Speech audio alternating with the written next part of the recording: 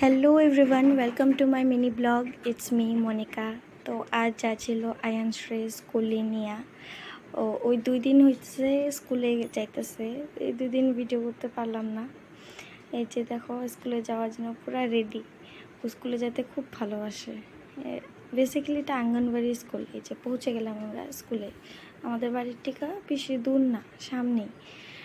দেখো স্কুলটা কি সুন্দর।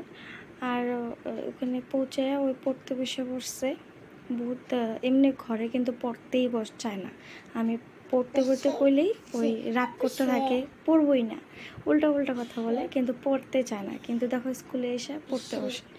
আর স্কুল থেকে আমি ছুটি হয়ে গেল, আমরা যাইতেছি। আর দেখো ও যাইতেই চায় না, ওই স্কুলেই থাকবো। তাই ওরা জোর করে নিয়ে গেলাম বাড়িতে, বললাম যে কালকে আবার আসবো।